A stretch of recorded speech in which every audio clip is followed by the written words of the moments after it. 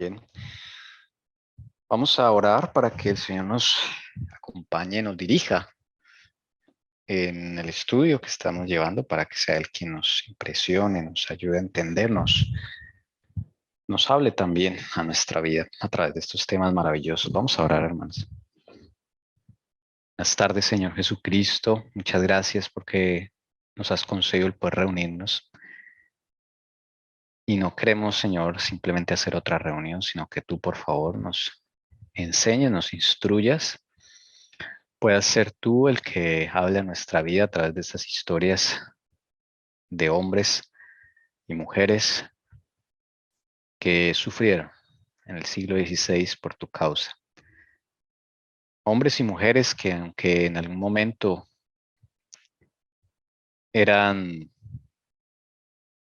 preparadas por las maquinaciones de esas dos facciones en disputa, tuvieron un encuentro contigo, Señor Jesús, y cambiaron sus vidas totalmente. Sus vidas adquirieron un nuevo significado contigo, Señor Jesús, y vemos esa conversión, percibimos esos cambios y bendito Salvador, estaba en tu plan, Señor, llamarlos a esos nuevos siervos del siglo XVI que hoy en día hacen eco, porque la luz que tú diste a través de ellos, Señor, es la misma luz de la justificación por la fe vigente desde que tú fuiste entregado por tu Padre permitió ser entregado por nosotros desde antes de la fundación del mundo. Y el plan de redención se gestó desde la eternidad y podemos ahora disfrutar de esa salida que tenemos como seres humanos para poder algún día estar contigo otra vez como siempre lo quisiste, poder vindicar el nombre del Padre, exaltarlo a través de una vida consecuente, parecida a la tuya, Señor Jesús, con carácter semejante al tuyo, y que pueda hablarse ante el universo que tú eres el poderoso Jesucristo, que tus propósitos se cumplen, porque el Padre te ha entregado todo a ti, la potestad, el dominio, la autoridad sobre esta tierra, Señor Jesús, sobre tu pueblo, y pronto presentarás un pueblo sin arrugas, sin mancha, real sacerdocio, para honra y gloria y alabanza del Dios de los cielos, de tu Padre, de nuestro Padre. Bendito Salvador, el camino a veces es difícil, pero queremos aprender a disfrutar de la corrección que tú nos das, del reproche que tú nos das, porque tú dices en tu palabra que a todo el que amas tú castigas, tú reprendes, y esto es producto de tu amor hacia nosotros. Concédenos tu bendición en esta tarde, por favor, para que el Espíritu Santo pueda visitar a cada hogar, en cada hermano que está conectado aquí en Zoom y en YouTube, por favor. Toma el control de la conexión a Internet de los equipos que estamos usando, que los dedicamos a ti en este momento, que sirvan para llevar palabras de vida para vida, Señor Jesús. Bendito Salvador, tu bendición nos sea concedida en esta tarde, por favor, tu compañía y tu guía, por favor. En el dulce y precioso nombre bendito tuyo, Señor Jesucristo. Amén. Vamos entonces a estudiar. Conectémonos con la historia y podremos sacar grandes lecciones. Estamos hablando de Ginebra.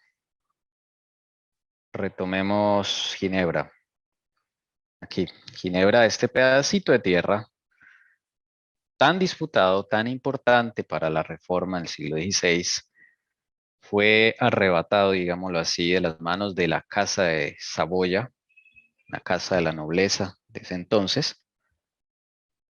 Ese pedazo de tierra, pues Dios lo destinó para ser portador de la luz que se le va a dar al mundo y un exportador de evangelistas, de la justificación por la fe, del tema, digamos, por excelencia.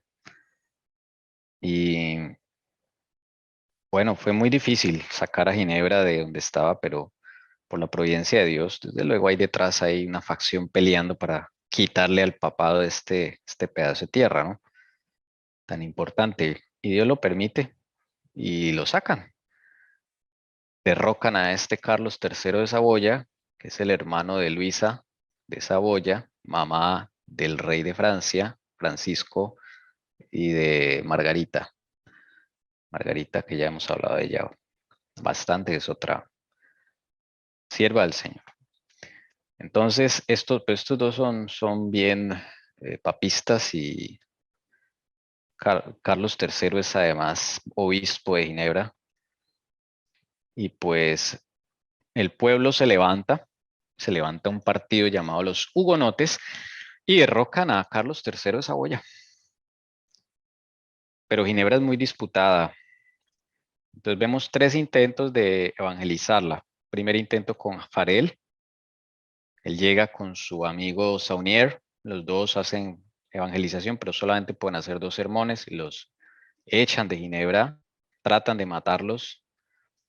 La providencia divina los guarda, por eso ellos salen.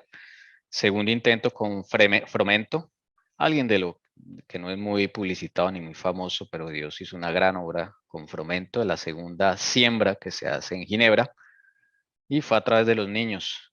En una escuelita empieza él a enseñar a los niños el Evangelio. Y el tercer intento viene con Farel y Calvino. Por aquí está Farel y Calvino. Calvino, como que no, hasta ese momento en la historia él no tenía algo como, ¿qué les digo yo? Como eso que el Señor le pone a uno un rol, un ministerio, sería el nombre. O sea, Calvino escribía, enseñaba la Biblia, pero todavía no se encontraba, él huía de un lugar a otro.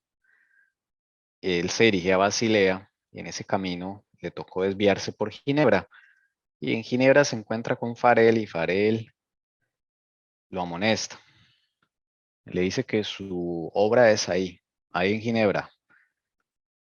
Calvino, pues él se pone entra en oración, a pensar, porque él quiere irse de Ginebra. Farel le dice, no, no te vayas de Ginebra, necesito tu ayuda, necesitamos de tu ayuda. Y entonces Calvino finalmente siente que es un llamado de Dios y siente que ese es su lugar, ese es su ministerio, Ginebra, y se queda en Ginebra. ¿Ok? Y ahí vamos, quedamos esta tarde, esta mañana quedamos ahí. Entonces vamos a seguir. Dice, dice Farel, como si la mano de Dios se hubiera extendido desde el cielo y le sujetase para detenerle a Calvino, precisamente en aquel lugar que con tanta impaciencia quería dejar. Hay una lucha ahí, de todos modos, espiritual también en Calvino. Él no era muy amigo de los conflictos, ¿no? Y Ginebra estaba en un conflicto, ahí había guerra, aunque Ginebra ya había aceptado la reforma, había guerra con el clérigo católico que quedaba ahí. Entonces no era fácil. Y además, Ginebra no estaba convertida. Ellos habían aceptado la reforma, pero su vida seguía siendo la misma. Y tampoco lo sabían mucho. O sea, había una obra que hacer ahí de reforma y reavivamiento. Entonces, Farel y Calvino son los llamados a hacer esa obra. ¿Listo? No sé si hay alguna pregunta hasta ahí. No. Hermana Carolina, si nos puede ayudar a leer. Claro que sí. Gracias, hermanas. Adelante, por favor. La causa protestante se veía entonces rodeada de grandes peligros. Los anatemas del Papa tronaban contra Ginebra y poderosas naciones amenazaban destruirla. ¿Cómo iba tan pequeña ciudad a resistir la poderosa jerarquía que tan a menudo había sometido a reyes y emperadores? ¿Cómo podría vencer los ejércitos de los grandes capitanes del siglo? Ahí deja la pregunta la hermana White. En el conflicto de los siglos, Ginebra, una pequeña tierra. ¿Cómo iba tan pequeña ciudad a resistir a todo lo que le rodeaba? Estaba rodeada de enemigos, Ginebra. Entonces, pues la providencia divina es la que pone y quita reyes. Entonces, por eso la hermana fue aquí, nombra Ginebra, porque es un lugar muy importante para lo que va a venir de ahí en adelante. Bueno, dice, pero debido a la bendición de Dios y al esfuerzo de aquellos nobles hombres que él había suscitado para suceder a Lutero, el protestantismo no fue vencido. Esto no se debió al favor ni a las armas de los príncipes. Los países más pequeños, las naciones más humildes e insignificantes fueron sus baluartes. La pequeña Ginebra, a la que rodeaban poderosos enemigos que tramaban su destrucción. Holanda en sus bancos de arena del Mar del Norte, que luchaba contra la tiranía de España, el más grande y el más opulento de los reinos de aquel tiempo. La glacial y estéril Suecia, esas fueron las que ganaron las victorias para la reforma. Bueno, dice la hermana Juaida aquí algo muy interesante. Dice acá que no se debió al favor de las armas y los príncipes, ¿sí? Aunque hubo allí ejércitos y eso, pero no, es Dios que está detrás, por encima de esas maquinaciones, de esas guerras entre esas dos facciones. Al final quedan tres, como dice acá, humildes e insignificantes territorios, porque en esa época lo eran, en donde son luces para el mundo. La primera es Ginebra, para que aprendamos esto. La segunda es Holanda, que en esa época era insignificante y humilde porque estaban en guerra contra España, porque España los quería conquistar. Y Suecia. Estos tres países fueron los que ganaron victorias para la reforma. ¿Listo? Y cosa curiosa de estos tres, en esta pandemia, dos no participaron de la pandemia. Ginebra y Suiza. Allá no hubo todo lo que hubo en los demás países. Holanda hubo restricciones y todo, pero también fue de los primeros que las quitó. Ahí me remito a lo que la hermana Doris preguntaba esta mañana, ¿no? Si puede haber alguna, no puede ser coincidencia, ¿no? Pero bueno, eso como lo contamos a ¿Me, manera de... me, me puedes decir el año más o menos aproximado, Tony, por favor? Estamos en el año 1536, más o menos, Ginebra, ok, Holanda y Suecia. Pero Suecia va a venir despuesito, un poquito más adelante, unos 20, 30 años más adelante. Es que si Por lo yo no me menos. equivoco, ya para esa época lo que venía haciendo Venecia, que era lo que representaba esa facción, ellos reciben como un golpe, llamemos del papado, y ellos empiezan a ascender y van hacia Holanda para poder llegar a Inglaterra. Entonces así es como ellos empiezan a subir porque pues, llamémoslo así, ellos mutan, pero no es que se mueran, la Ok. nobleza negra. Entonces la nobleza veneciana se mueve hacia Holanda y Suecia, puede ser, porque Suecia también que Ellos hay. se mueven y Suiza, como todos ellos empiezan a moverse porque el papado, llamémoslo, hace una tradición y pues ya por eso era que te estaba preguntando el tiempo, el año. Ya para ese tiempo se había descubierto América, así que ellos ya dejaban de ser una potencia porque ya se estaban yendo al nuevo mundo. Entonces tenían que, la nueva facción veneciana estaba mirando hacia dónde ascender, fuera del golpe que le da el papado. Y entonces ellos empiezan a ascender hacia Holanda y luego van hacia Inglaterra. Ok, interesante.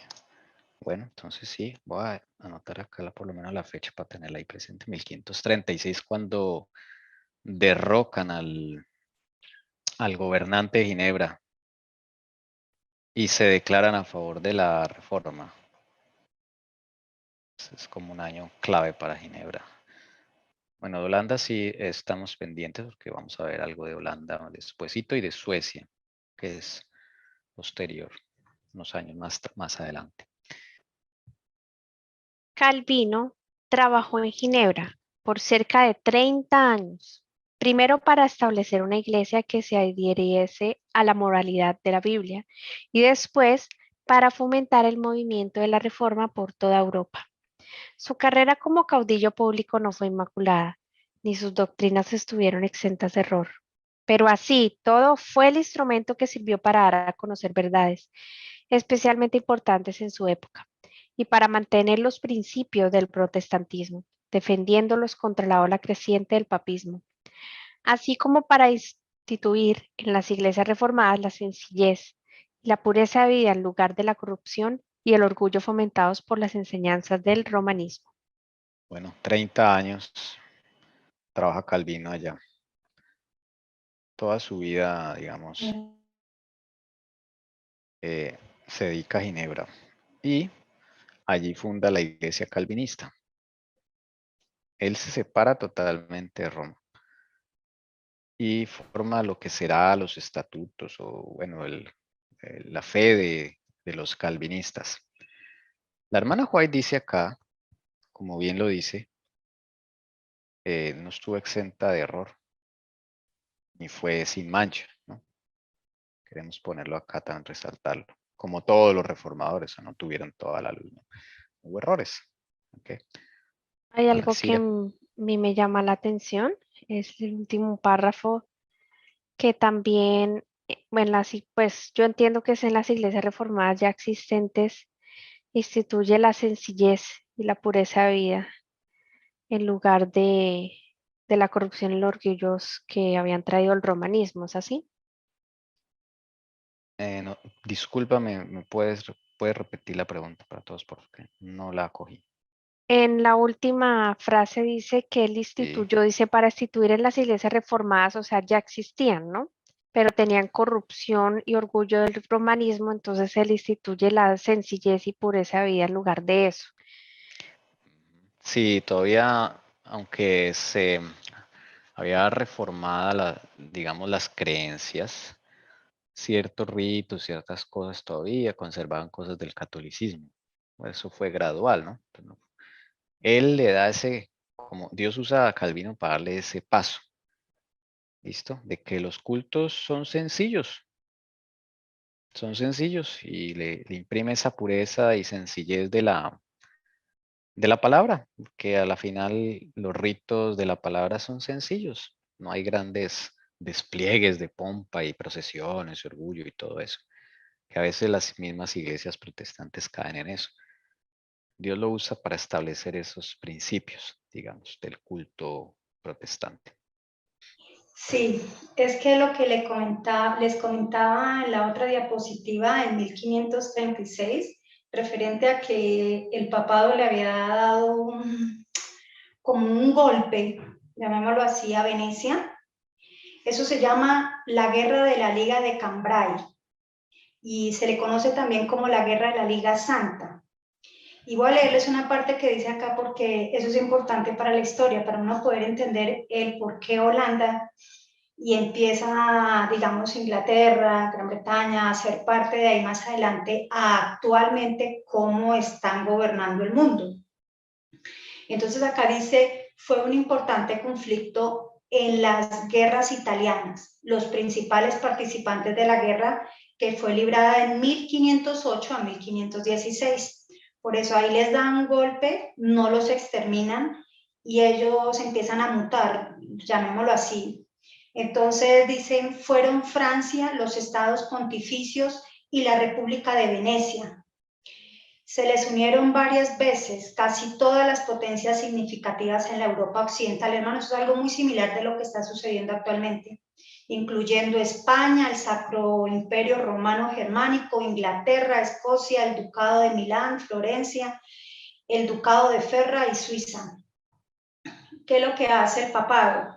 Con todos estos, llamemos países importantes, significativos en Europa occidental, estas potencias, el papado empieza a hacer como alianzas con ellos para poder, llamemos, darles un golpe a la República de Venecia, que es a la nobleza negra.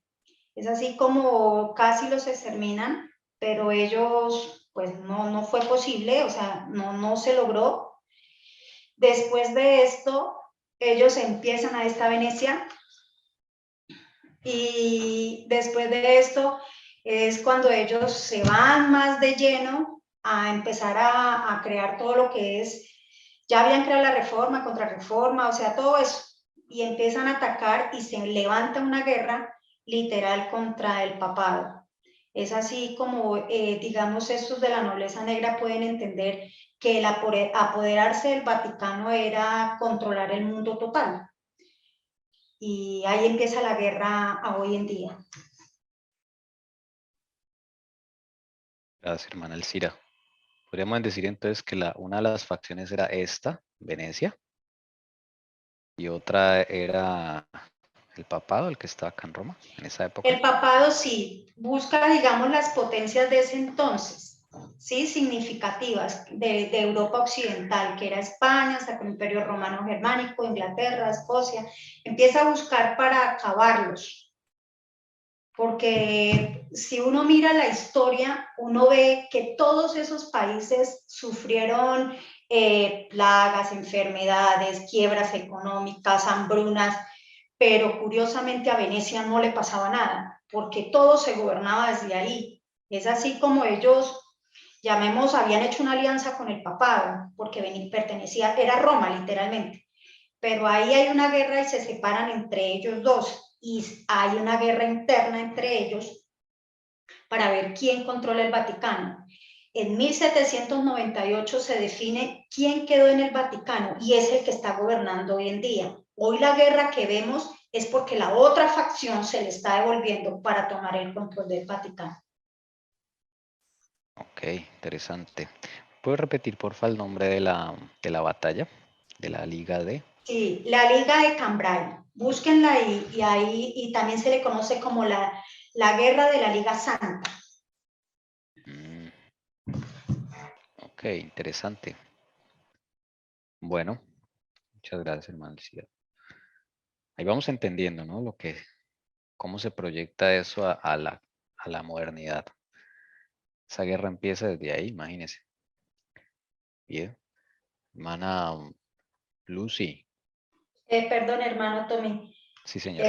Si uno va a Daniel capítulo 11, no empiezas de ahí. Por eso es cuando la hermana Helen White nos dice que nosotros debiéramos devolvernos a Daniel y Apocalipsis, porque en Daniel, cuando Dios le da esa parte de Daniel 11 a Daniel, recopila prácticamente de dónde arranca todo hasta el fin de los días, porque estas facciones, todos ellos, Roma, son imperios que suceden a los otros imperios y acogen cultura como Babilonia, Egipto, o sea, pero Egipto son como culturas, pero acogen todo eso como los modus operandi de guerra, todo eso. Y por eso vemos en Daniel 2 que la imagen solo se destruye cuando la roca, ¿sí? Cortada de mano no humana, cae sobre la estatua, que son los imperios de Satanás, caen literalmente, o sea, todos estos son imperios que suceden y que van heredando. Bueno, o sea, Daniel 11 puede verse como la guerra de esas dos facciones a lo largo de la historia, Rey del Norte y Rey del Sur. Rey del Norte, hoy estamos, y esa es una guerra, y por eso veíamos que cuando Grecia, Carlomagno muere, pero suceden los 4 generales. Ahí en esa historia, el pueblo de Dios se encuentra sumergido entre el rey del norte y el rey del sur, todas esas decisiones. Por eso hoy esta mañana les decía que era muy similar, a mí me parece muy similar lo que está sucediendo ahorita, todas estas guerras de poderes políticos y todo eso, hay pueblo fiel de Dios metido ahí, y eso sucederá para este tiempo. Claro, así es. Ok. Bueno, entonces ahí vemos el origen de por qué Ginebra, Holanda y Suecia, ¿no? Ahí dentro hay una guerra, como dice la hermana Elcira ahí. Estos que son los de la Venecia, ¿no? La nobleza veneciana, pues empiezan a huir a estos 3 lugares y de ahí van a pasar a Inglaterra. Y todo eso se mueve a través de lo político, religioso y lo bancario, porque todo era la banca, como hoy lo estamos viendo. Y ahí es donde nace el sistema de endeudamiento en el cual nos encontramos hoy día. Fue inventado por los venecianos, ¿no? Sí, entre ellos, llamémoslo así, cuando hay una alianza entre Roma papal y Roma imperial, ellos toman una alianza en un comienzo. ¿Por qué? En vista de que vienen las tribus germánicas o los bárbaros, como le llamen, llegan a invadirlos, pues ellos se fusionan porque muchos tienen que huir. Y al huir llegan a Venecia.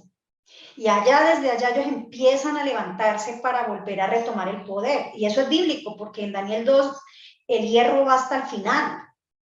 El hierro no, hasta con los dedos. Y el barro. Entonces son alianzas que hay que no son duraderas. Y entonces ahí es donde, llamémoslo así, empiezan ellos a hacer como esa fusión, pero parece ser que es algo que yo todavía no he podido, estoy orándole mucho a Dios. Creería por lo pronto que es como los hijos de ellos en ese momento se levanta una nueva generación, y esa nueva generación tenían un concepto diferente de la banca, de cómo el sistema de endeudamiento que no fuera solo para los países, sino que fuera para, digamos, la gente común como nosotros. Entonces, hay una discusión entre ellos y ellos empiezan a separarse, y entonces ahí es donde lo que le digo, la Liga de Cambrai, porque los venecianos ya habían adquirido mucho poder. Entonces el papado se había unido con Francia, con el Imperio Romano Germánico, o sea, ya todas esas potencias, y ellos necesitaban debilitar a Venecia para ellos tomar el control. Y ahí es donde ellos, llamémoslos, traicionan. Y esta nueva generación de venecianos que se levantan, ellos empiezan ahí, como lo conocen. Esa historia no se cuenta y no es, o sea, no es fácil de encontrarla, hermano. Son historiadores que llevan más de 30 años escarbando lo que ha escondido el Vaticano. Y entonces ellos se levantan y ahí es donde ellos deciden montar la reforma y la contrarreforma. Por eso en 1798, que eso después lo explicaré más detalladamente, es cuando se le da la herida y ahí se define quién se montó en el Vaticano. ¿Quién controla el Vaticano? Que es la nobleza negra. ¿Quién controla el mundo actualmente? Sí, señor. Sí, porque se me olvidó que ellos habían sacado, me recuerda, Tommy, si se acuerda, la ley esta marítima. Se me olvidó cómo es que se llama esta, se la quedo debiendo. Y esa es como una ley, una bula que ellos sacan, donde ellos dicen que prácticamente el mundo le pertenece al papado. Porque así como Dios salvó al mundo en la destrucción de Noé en una arca, ese poder se lo confirió Dios al Vaticano. Y por consecuencia, ellos son los dueños de todo lo que hay en el mar y todo lo que se mantenga a flote por la parte espiritual. Y eso es algo que nadie lo sabe, y por eso todo lo que cuando nosotros hablábamos de que alguien nace, entonces está el certificado de nacimiento con letra mayúscula, todo eso viene de Justiniano, de Roma, de los bizantinos. Y ahí es donde ellos empiezan, y sin nosotros saberlo, pues somos esclavos de ellos, literalmente, porque todo eso se armó desde aquí, de la Edad Media. Yo tengo una pregunta. Siga, hermano. No sé si ya lo hayan dicho. ¿Quiénes conforman la nobleza negra? ¿Y tiene que ver lo que es Italia? ¿O son muchos más países organizados en contra de Roma? Bueno, vuelvo y explico. Cuando entra, todo esto es profecía, que Tommy lo ha explicado acá. Cuando entran las tribus germánicas, invaden a Roma, ¿qué? Occidental. Todos empiezan a huir gradualmente. ¿Quiénes? En Roma occidental se encontraba el papado, pero también se encontraba del imperio romano. ellos empiezan a oír familias importantes de la aristocracia de allá y empiezan a llegar a Venecia. Y ellos llegan allá, así es como ellos trabajan, como cuando han sacado a los jesuitas, ellos van y se esconden, pero desde allá siguen controlando para volver nuevamente. Entonces ellos se van desde allá hasta allá y hacen una unión con Justiniano y con Roma Oriental para volver a tomar el control de Roma Occidental. Entonces, poderte decir que solamente son papales, no. Hay de la aristocracia, se me olvidó ahorita el nombre, se lo quedo debiendo, de Roma de la época antigua. Y muchos de esos romanos de esa época antigua llegan a Venecia y por eso Roma, estos venecianos logran hacer una alianza con Justiniano, con Roma ¿qué? Oriental. ¿Para qué? Para volver a controlar todo el mundo que se conocía en ese entonces. No sé si Tommy desea decir algo más. En esencia, digamos que es un núcleo de la nobleza romana que huye acá a Venecia, ¿no? Pero tú mencionabas, Elcira, alguna vez que ahí llegan otras culturas a Venecia. Sí, De otros dentro lados. de ellos también empiezan a llegar todo lo que, por eso le digo que cuando uno lee Daniel 11, uno entiende por qué el Señor vuelve nuevamente a tomar Persia, Medo-Persia, porque todas esas culturas Roma hereda de Medo-Persia y viene de allá de Egipto, de Alejandría, de la dinastía tolemaica. Y ahí, eso es más largo para explicar, pero de allá ellos también llegan a esa zona, llegan parte de las familias, los házaros, eso es otra cosa que hay que estudiar, porque hoy los sionistas realmente no son los judíos. Llegan también de Babilonia, del imperio allá de Babilonia. Muchos empiezan a llegar por todas las guerras que se empiezan a desarrollar en ese momento del mundo conocido. Pero en sí, los que controlan viene siendo Roma.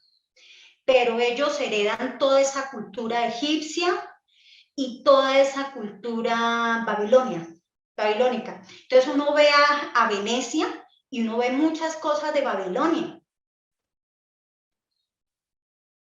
Sí, o sea, es una mezcla de culturas allí. Paganismo. Lo mismo que cuando empieza a hablar en Daniel 11 lo que sucede con los 4 generales de Grecia. Eso mismo sucede y el pueblo confluye, el pueblo está metido en medio de una guerra de esas. Aquí volvemos a ver exactamente lo mismo. Y por eso en Daniel 12 ve que hacen alianzas, pero no se consolidan. Y todo esto que estamos hablando ahorita son las alianzas. Eso es para poder lograr y tomar el poder, pero el Señor nos deja una columna vertebral y nos la deja a través de la profecía. ¿Está en quién? En Daniel 2, Daniel 11, Daniel 7, Daniel 8 y Apocalipsis, ¿no? Y ahí, pero sobre todo me enfoco en Daniel, de que Roma va hasta el final, pero Roma hereda las de las otras, ¿qué? Potencias, o sea, de los otros imperios. Otras culturas, sí.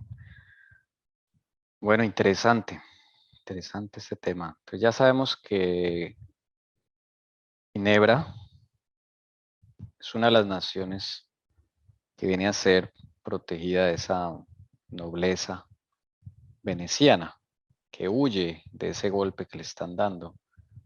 Y ellos logran coger Ginebra. Y creería yo que logran coger Holanda y Suecia, porque Holanda está peleando con España, que es ultracatólica, ultrapapal. Tommy, déjame decir algo, por favor. Algo que empieza también desde ahí, hermanos, es que a través de la banca, del sistema financiero que ellos empiezan a montar, empiezan a financiar las guerras de los dos bandos. ¿Por qué hacen eso? Por eso cuando hablábamos que día con Doris de quién queda en este momento, no se sabe, o sea, es la misma cosa.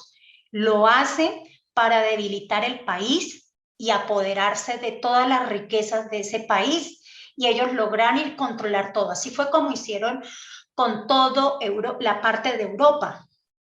El Señor en su infinita misericordia pues empieza a frenarlos, porque si no eso hubiese sido tremendo. Y voy a lanzar algo que eso después, espero pronto poder sacar todo esto, pero ellos ya sabían que América existía. No les interesaba sacarlo a la luz, porque ellos era una potencia marítima económica, Venecia, y no les interesaba otros mundos porque ellos ya tenían el control, tenían el monopolio de la ruta de la seda, tenía todo, no les interesaba. Pero como había una guerra entre las dos facciones y era el papado, que el papado es el que apoya a España para que vayan a América, y ahí esa guerra continúa, que no les digo más porque es muy largo esto. Bueno, O sea que listo, todavía no prácticamente diría. ellos son lo mismo, ¿verdad? Lo que hacen es confundir. Sí, o sea, y por eso le digo, desde ahí, ¿qué hacían? A través de enfermedades, plagas, quiebras económicas, hambrunas, todo lo que ellos hicieron en esa Edad Media es lo que están planeando para ahorita. O sea, así era como ellos llegaban a tener el control, matando la población, o sea, quedando una población mínima, poder controlar de todas las riquezas, tener esclavos, pero entonces a la final ellos se dividieron. Por eso es que hemos tenido esas guerras. Ahorita tenemos esa guerra de que están mirando quién se queda ahorita con esta torta.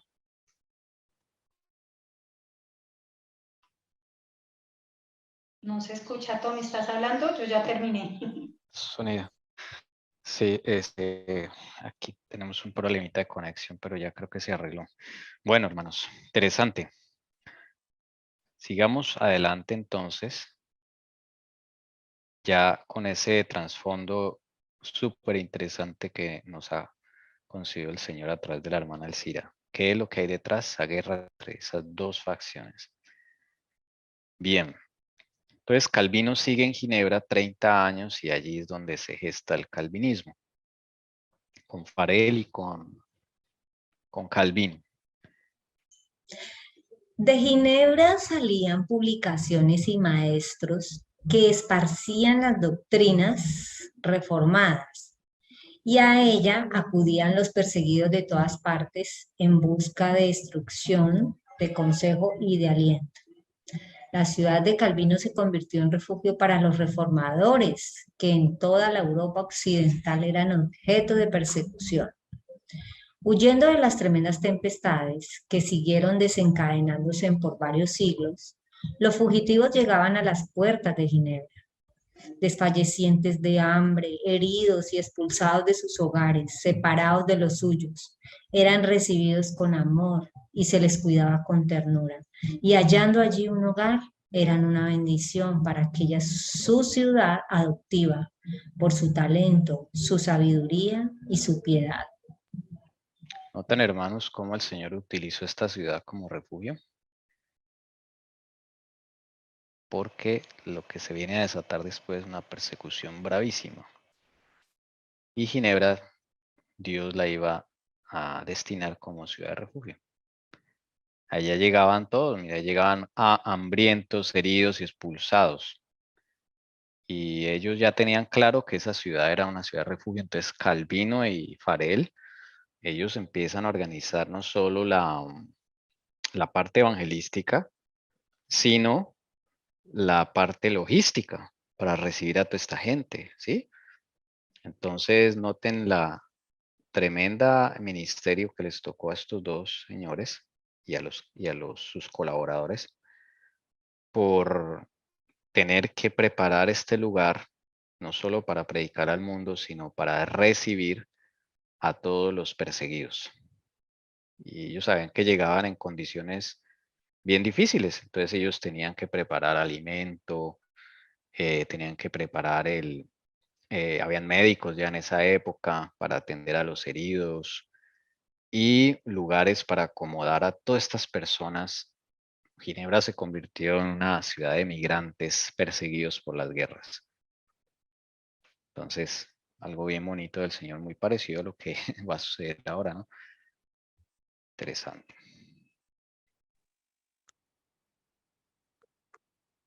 Muchos de los que se refugiaron allí regresaron a sus propias tierras para combatir la tiranía de Roma. Juan Knox, el valiente reformador de Escocia, no pocos de los puritanos ingleses, los protestantes de Holanda y de España y los hugonotes de Francia Llevaron de Ginebra la antorcha de la verdad con que desvanecer las tinieblas en sus propios países. Bien, entonces estas personas llegaban allí, se recuperaban y volvían al campo de batalla, por así decirlo. Y uno de esos ejemplos fue Juan Knox, ¿ok? Un reformador que le tocó la parte de Escandinavia, de lo que es Suecia, ¿ok? Pero también estuvieron, mira, aquí están los puritanos, salieron de Ginebra. Los puritanos no salieron de Reino Unido, no, salieron de Ginebra para Reino Unido. Los protestantes de Holanda y España, estos son también muy importantes. Y los hugonotes, que fueron a Francia. Estos son los que salieron para predicar al mundo, hermanos. De los, digamos, destacados. La princesa Margarita también se concentró en proteger a Calvino.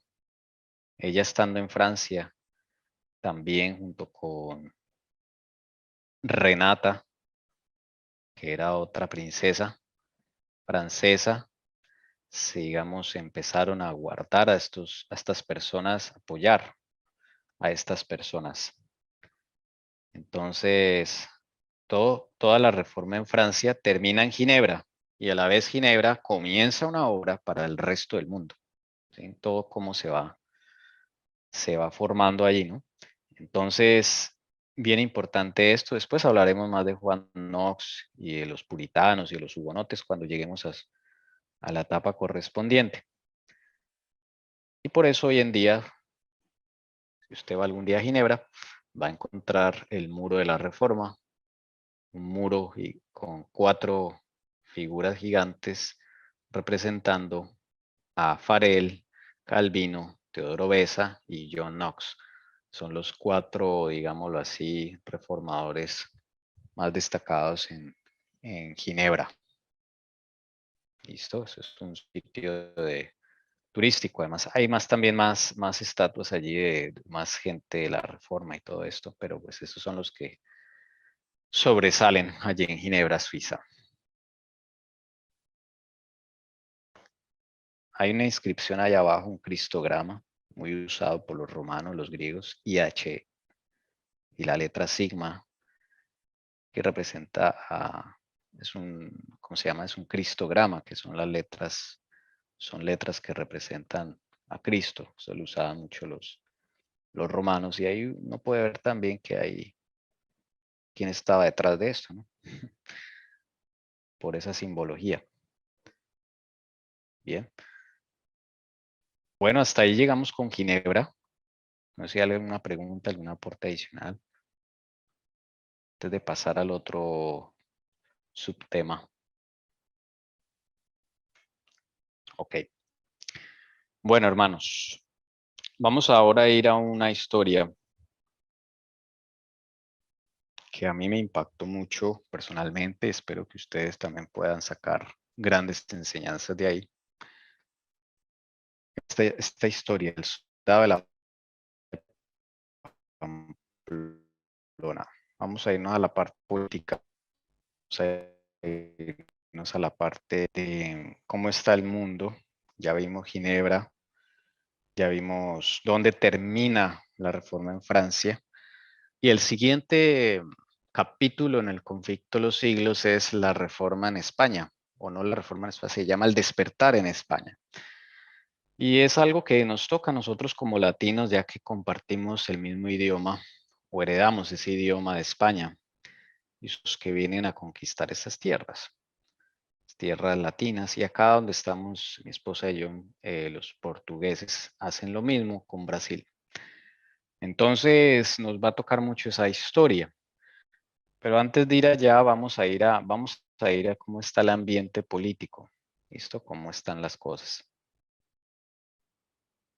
Dice el soldado de la batalla de Pamplona. Poco antes de la publicación del edicto de Worms, en 1521, el joven Carlos V, de pie un día en una ventana de su palacio con su confesor, había dicho, es cierto, mientras ponía la mano en su corazón, Juró colgar en esa misma ventana al primer hombre que se declarara luterano tras la publicación de mi edicto. Pero no pasó mucho tiempo antes de que su celo disminuyera considerablemente. Su proyecto de revivir la antigua gloria del Santo Imperio, es decir, de aumentar su propio poder, había sido recibido con frialdad. Insatisfecho con Alemania, abandonó las orillas del Rin, se dirigió a los Países Bajos y aprovechó su residencia allí para ofrecer a los monjes las gratificaciones que no podía darles en el imperio. Gracias, hermana. A Carlos V no lo querían mucho en Alemania. Él saca el edicto de Worms. Recordemos, el edicto de Worms es aquel que declara a Lutero hereje y no le pueden dar comida, no lo pueden ayudar y declara prohibidas, digamos, las obras de Lutero. Se queman muchas obras de Lutero en otros países. Allá en Sajonia, en la parte de Sajonia, Alemania, no lo hacen. Y es acá cuando toman preso a Lutero. Bueno, no preso, más bien es una estrategia para guardarlo allá en el castillo, ¿se acuerdan? Todo esto es en esta época. Y entonces Carlos V, dice acá, insatisfecho con Alemania porque no le rendían pleitesía, se fue a Holanda, Países Bajos. Y allí, pues, digamos que allá sí lo querían, ¿sí?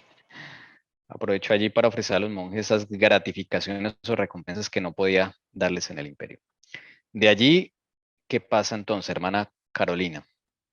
Las obras de Lutero fueron quemadas en Gante, actual Bélgica, por el verdugo con toda la solemnidad posible.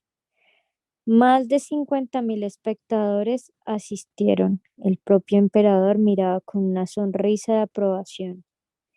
De allí se dirigió a España, donde las guerras y las dimensiones internas le obligaron, al menos por un tiempo, a dejar a Alemania en paz, ya que se le niega en el imperio el poder que reclama que otros persigan al hereje de Wittenberg. Más pensamientos angustiosos absorbieron toda su atención. Recordemos que Carlos V tiene tierras en España. Él tiene herencia española, entonces se va a España, ¿ok? Y allí es donde va a comenzar, digamos, otra historia. España. ¿Y por qué tiene problemas en España? Ahí dice ahí que pensamientos angustiosos absorbieron toda su atención. Vamos a ver qué pasó en España. En efecto, Francisco I, impaciente por probar sus fuerzas con su rival, había lanzado el desafío, bajo el pretexto de restituir el patrimonio a los hijos de Juan III de Albrecht, rey de Navarra. Había iniciado una lucha sangrienta, destinada a durar toda su vida, invadiendo ese reino con un ejército al mando de Lesparre, cuyas rápidas conquistas solo fueron frenadas por la fortaleza de Pamplona.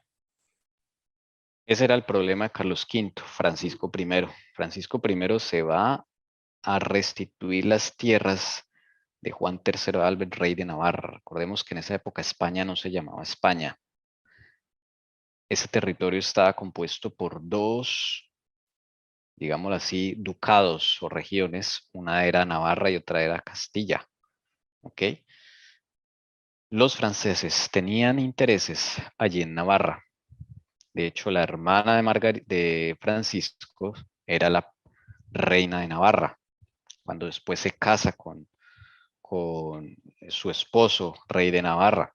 Entonces ellos tienen tierras, castillos, intereses allá, pero esas tierras son reclamadas también por Carlos V. Entonces se arma la guerra ya en 1521, 22, 23. De ahí se arma la guerra en España. ¿Ok? Y los franceses les va muy bien, pero encuentran resistencia en Pamplona, la actual Pamplona en España. ¿Ok? Vamos a ver entonces qué pasa en parte de esa guerra en Pamplona, España. Entre los defensores de Pamplona se encontraba un joven caballero, Íñigo López de Recalde, el menor de una familia de 13 hijos. Recalde se habría criado en la corte de Fernando el Católico. Su persona era agraciada, era experto en el manejo de la espada y la lanza, y deseaba ardientemente la gloria de la caballería. Vestirse con brillantes armas, montar un noble corcel, exponerse a los brillantes peligros del torneo, participar en arriesgadas hazañas, compartir las envenenadas luchas de las facciones y mostrar tanta devoción por San Pedro como por su amada. Tal era la vida de este joven caballero. Bueno, y allí en los defensores de Pamplona estaba este nombre, no lo olviden. Vamos a ver esta historia, este señor Íñigo López de Recalde. ¿Okay? Él está peleando allá. Como buen español, él es de la corte de Fernando el Católico, los que financiaron allá la conquista de América. Él era un hombre de guerra, era un general. ¿Ok? Y entonces allí está en Pamplona. El gobernador de Navarra, que había ido hacia el interior de España para buscar socorro, había dejado la defensa de Pamplona en manos de Íñigo y de algunos nobles. Estos últimos, percibiendo la superioridad de las tropas francesas, decidieron retirarse. Íñigo les animó que se enfrentaran a Lesparre. Al verlos decididos en su intención de desertar, los miró con indignación, acusándolos de cobardía y traición. Entonces se lanzó solo a la ciudadela, decidido a mantenerla a riesgo de su vida. Íñigo se queda solo peleando en Pamplona. Los demás se retiran. Cuando ven a los franceses llegar, dicen, no, acá nos van a acabar. Y se van. ¿Okay? El mismo gobernador de Navarra se va a buscar socorro cuando llegan los franceses. Pero dejan solo a Íñigo. Íñigo les anima a que se enfrenten, pero ellos dicen, no, aquí no tenemos nada que hacer. Íñigo se enoja y los acusa de cobardía y traición. Y él dice, pues yo me voy a quedar acá defendiendo a Pamplona. Y así fue. Suframos todo antes que rendirnos, dijo Íñigo impetuosamente a sus compañeros. Ante esto, los franceses comenzaron a golpear las murallas con sus potentes máquinas y pronto intentaron un asalto. El valor y las exhortaciones de Íñigo inspiraron a los españoles. Rechazaron a los asaltantes con flechas, espadas y hachas de guerra. Íñigo luchó al frente de ellos, de pie en las murallas, con los ojos brillando de furia. El joven caballero blandió su espada y el enemigo cayó bajo sus golpes. De repente, una bola golpeó el muro que defendía. Una astilla de una piedra le hirió gravemente en la pierna derecha y la bola, rebotando por la violencia del golpe, le rompió la pierna izquierda.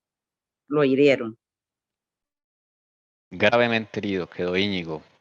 Él se defendió y los mismos franceses decían, wow, este es un guerrero tremendo. Y les costó trabajo. Y solo estaba Íñigo. Y entonces, bueno, en esto de la batalla, pues llega una bola de esas de cañón. De esas, unas bolas como de boliche que usan los cañones, unas cosas de hierro. Rompe el muro. Hay una astilla que le hiere la pierna derecha. Y la misma bola rebota y le pega en su pierna izquierda y se la deja fracturada, múltiples fracturas. Íñigo cayó perdiendo el sentido.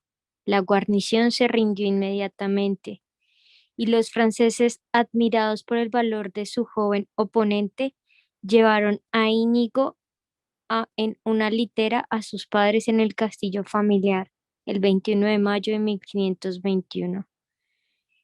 En esta mansión señorial, Íñigo había nacido 8 años después de Lutero, 1492, de una de las familias más ilustres de aquel distrito.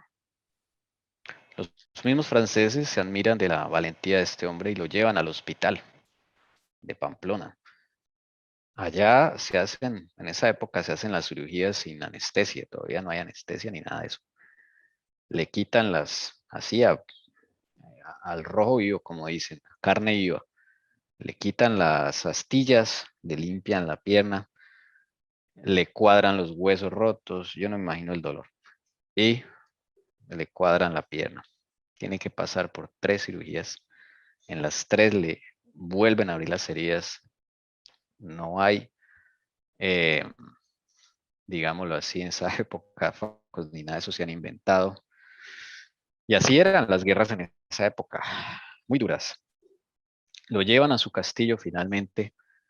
Un pequeño castillo, no es un castillo como los de los reyes, sino, bueno, como lo que ven acá en la foto. Este es el castillo donde vive este hombre Íñigo. Y allá lo dejan. Desde luego se acaba su carrera militar. ¿Okay? Se hizo Sí. necesaria una dolorosa operación bajo los sufrimientos más agudos. Íñigo apretó firmemente sus manos, pero no emitió ni un solo gemido.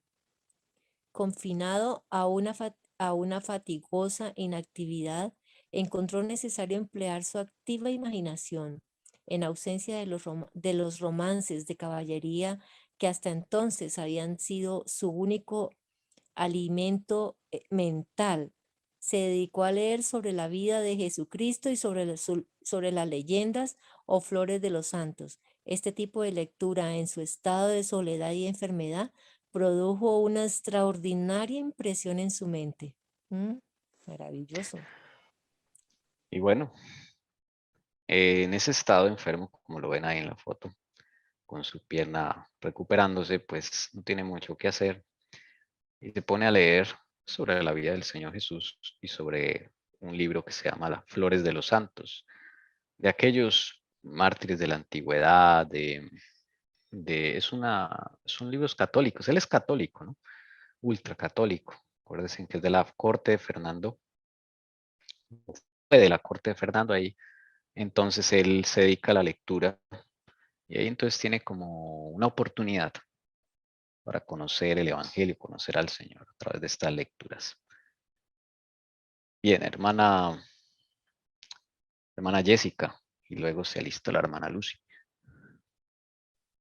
La ruidosa vida de torneos y batallas que hasta entonces había ocupado exclusivamente sus pensamientos, parecía retroceder, desvanecerse y desaparecer de su vista. Y al mismo tiempo una carrera más gloriosa parecía abrirse ante sus asombrados ojos. Las humildes acciones de los santos y sus heroicos sufrimientos parecían mucho más dignos de alabanza que todas las altas hazañas de las armas y la caballería. Tendido en su lecho, preso de la fiebre, cedió a los pensamientos más opuestos. Entonces surgió ante él la imagen de la dama a la que había prometido su corazón, la Virgen. No es una condesa, exclamó con ingenua vanidad, ni una duquesa, pero su condición es mucho más elevada que cualquiera de ellas. Tales pensamientos le llenaban de angustia y hastío, mientras que su plan de imitar a los santos le inspiraba paz y alegría. Bueno, él sigue leyendo. Él es devoto a la Virgen, pero ve que la lectura que está teniendo pues le trae cierta paz. A partir de este momento, su lección estaba hecha. Tan pronto como se restableció su salud, decidió decir adiós al mundo. Después de haber compartido como Lutero una comida más con sus contiguos compañeros de armas, partió solo, en gran secreto, hacia las viviendas solitarias que los ermitaños de San Benito habían excavado en las rocas de Montserrat. Impulsado no por el sentido del pecado ni por su necesidad de la gracia divina, sino por el deseo de convertirse en un caballero de la Virgen y de obtener renombre por medio de mortificaciones y obras piadosas, a ejemplo de todo el ejército de los santos, se confesó durante 3 días seguidos, entregó sus ricos atuendos a un mendigo y se vistió de saco y se ciñó de una cuerda. Luego, recordando las célebres vigilias armadas de Amadís de Galia, suspendió su espada ante una imagen de María. Pasó la noche en vela con su nuevo y extraño traje, y unas veces de rodillas, otras veces erguido, pero siempre en oración y con el bastón del peregrino en la mano. Entra entonces él en una angustia mental parecida a la que sufre Lutero. Él va, pues según la luz que él tiene, y entonces se entrega a esta vida monástica, ¿ok? Y se va a orar a la Virgen, pasa ya días y noches, se viste de luto y bueno, eso es lo que él hace, ¿no? Aunque todavía cojo de una de sus piernas, se arrastró por caminos difíciles y solitarios hasta Manresa, donde ingresó en un convento de dominicos para dedicarse en este lugar apartado a las más severas mortificaciones. Al igual que Lutero, pedía diariamente su pan de puerta en puerta. Pasaba 7 horas de rodillas y se flagelaba 3 veces al día. A medianoche se levantaba a rezar. Se dejaba crecer el pelo y las uñas, y en el delgado y pálido rostro del monje de Manresa habría sido imposible reconocer al joven y brillante caballero de Pamplona. Íñigo se va a Manresa, una ciudad allá en España, toda la España, Manresa. Se va a un convento de dominicos. Primero está a la sierra, se va a una cueva.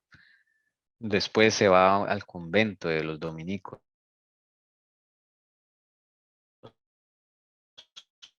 Y empieza a como lutearse, a pasar días enteros de rodillas.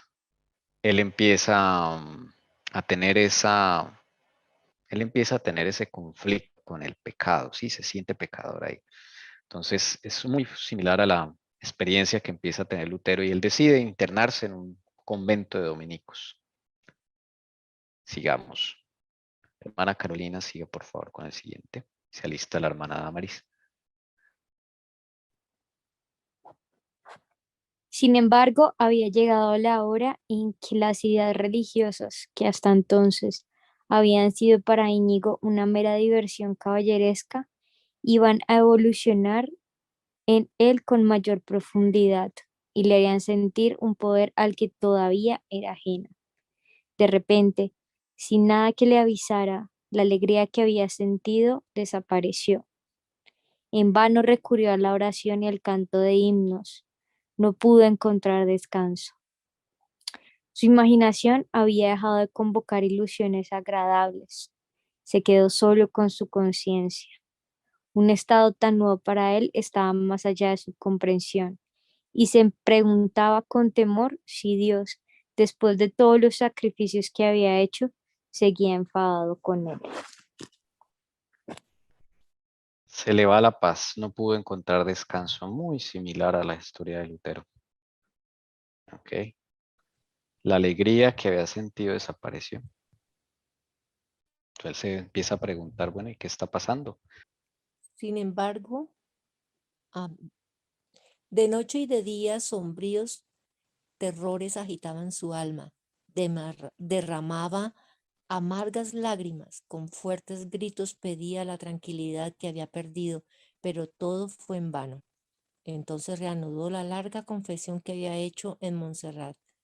Quizás, pensó, he olvidado algo. Pero esta confesión no hizo más que aumentar su angustia, pues le recordó todos sus errores. Vagaba sombrío y abatido. Su conciencia le acusaba de no haber hecho en toda su vida más que añadir pecado al pecado. Y el desdichado, presa de terrores abrumadores, llenaba el claustro con sus gemidos. Uy. Sí, así le pasó a Lutero también. Un día a Lutero lo encontraron medio desmayado, que no comía. Y este hombre tampoco encontraba paz y dijo, bueno, pues me voy a otra vez a confesar en angustia. Recordó todos sus errores, sus pecados, todo eso, pero no hallaba felicidad porque no había encontrado a Cristo, ¿no? Entonces entraron en su corazón pensamientos extraños. Al no encontrar consuelo en la confesión o en las diversas ordenanzas de la Iglesia, comenzó, como Lutero, a dudar de su eficacia. Pero en lugar de abandonar las obras de los hombres y buscar la obra de Cristo, que lo basta todo, se preguntó si no debería volver a buscar los placeres del tiempo. Su alma se precipitó hacia las delicias del mundo a las que había renunciado, pero inmediatamente retrocedió con temor. Bueno, así como Lutero dice, ¿será que esto que estoy haciendo tiene sentido? Comenzó a dudar de la eficacia de todas esas cosas que él hacía para calmar su conciencia, ¿no? Todas esas confesiones, todos esos rezos a la Virgen. Entonces dijo, ¿será que esto sí funciona? Entonces él dijo, no, pues me vuelvo a los placeres de antes, como yo era, ¿no? Yo era, pues soy guerrero, entonces, pues me voy a volver otra vez como era antes. Pero dijo, retrocedió con temor, no pudo. Dijo, no, eso no es el derecho de las cosas. ¿Había entonces alguna diferencia entre el monje de Manresa, Íñigo, y de Erfurt, Lutero? Sin duda, Y el en puntos, monje de Erfurt. y el monje de Erfurt, Lutero, sin duda en puntos secundarios, pero el de ellos era el mismo. Ambos eran profundamente conscientes de la multitud de sus pecados.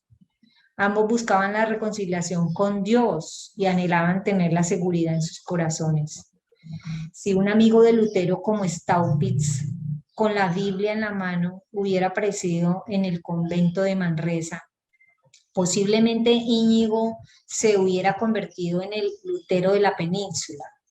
Estos dos grandes hombres del siglo XXI, estos fundadores de dos poderes espirituales que durante 3 siglos han estado en guerra, eran en ese momento hermanos. Y tal vez, si se hubieran encontrado, Lutero y Loyola se habrían abrazado y mezclado sus lágrimas y sus oraciones.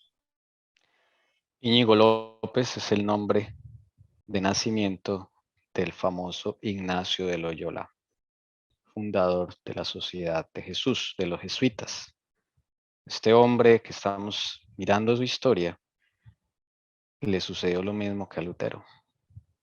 Y dice acá el autor que en este momento ambos estaban, digamos, en la misma condición o vivieron una experiencia similar, ¿sí? Y tal vez si Íñigo hubiera ido a Cristo, se hubiera convertido en el Lutero de España, de la península ibérica. Pero aquí viene el cambio, aquí viene lo que sucede con Íñigo. Pero a partir de esta hora, los dos monjes estaban destinados a seguir caminos totalmente diferentes.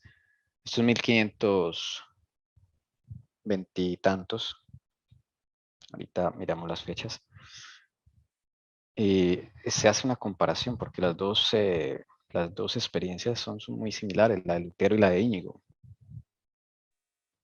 Íñigo, en lugar de sentir que sus remordimientos eran enviados para conducirle al pie de la cruz, se persuadió de que esos reproches internos no procedían de Dios, sino del diablo, y resolvió no pensar nunca más en sus pecados, borrarlos de su memoria y enterrarlos en el olvido eterno.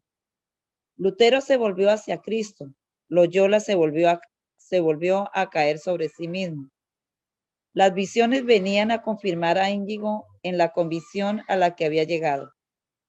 Sus propias resoluciones se habían convertido en un sustituto de la gracia del Señor. Sus propias imaginaciones sustituyeron a la palabra de Dios. Había considerado la voz de Dios en su conciencia como la voz del demonio, y en consecuencia el resto de su historia lo representa como entregado a la inspiración del espíritu de las tinieblas. O sea, hermano, que él confundió la voz de Dios con la voz del demonio. Nunca creyó que era Dios quien le hablaba. Así es. Así es. Eso es bien peligroso, hermanos, porque ese es el pecado imperdonable.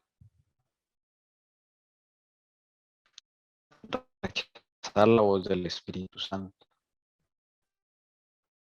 Eso me impresiona esta historia. Tuvo la oportunidad de Lutero. Entonces él dijo, no, digamos, si su plan que hizo no fue a Cristo ni a la Biblia, resolvió no dar caso en el olvido eterno. Esa fue su decisión.